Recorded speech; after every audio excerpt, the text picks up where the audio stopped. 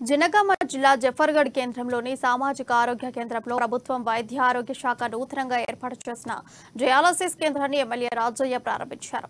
Dialysis కేంద్రం ద్వారా kidney patients కి ప్రభుత్వం ఉచితంగా సేవలను అందుబాటులోకి తీసుకొచ్చిందని రాజయ్య తెలిపారు.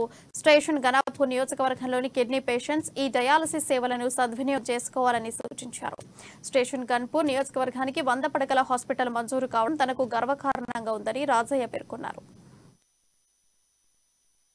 సో జనగాం తర్వాత ఇవాళ స్టేషన్ గన్పూర్ లో డయాలసిస్ కేంద్రం అందరు చప్పలు కొట్టాలి. ఎందుకంటే జిల్లా కేంద్రం వస్తే అంటే జనగాం జిల్లాలో 2 డయాలసిస్ సెంటర్స్ ఉంటాయి. అక్కడ ఒకటి, మన దగ్గర ఒకటి.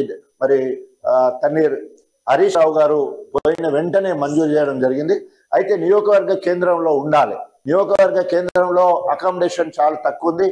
అది 20 బెడెడ్ హాస్పిటల్, 30 బెడెడ్ హాస్పిటల్ కానీ మరి పెట్టడానికి అక్కడ ఇవన్నీ పెట్టడానికి ఎక్విప్మెంట్ అంటే పరికరాలు పెట్టడానికి స్థలం లేకపోవడం వల్ల, తర్వాత అనేక రకాలుగా అసౌకర్యంగా ఉండడం వల్ల మరి సుగుణకారాజు వచ్చి ఎక్కడ చేద్దాం ఎట్లా అన్నప్పుడు దూర ప్రాంతమైన పర్వాలేదు, నియోజకవర్గం ఎక్కడున్నా పర్వాలేదు, నియోజకవర్గం అవుతుంది కాబట్టి మరి జఫర్గఢ్ లో మనం కొత్తగా సివిల్ హాస్పిటల్ కట్టుకున్నాం. అక్కడ చూడండి అన్నప్పుడు ఇక్కడ పెట్టి మరి ఇక్కడ ఏర్పాటు చేయడం జరిగింది. మనం చూసినాం, చాలా ప్రశాంతంగా విశాలమైన స్థలం, మిషనరీస్ అన్ని కూడా మనం చూసుకున్నాం.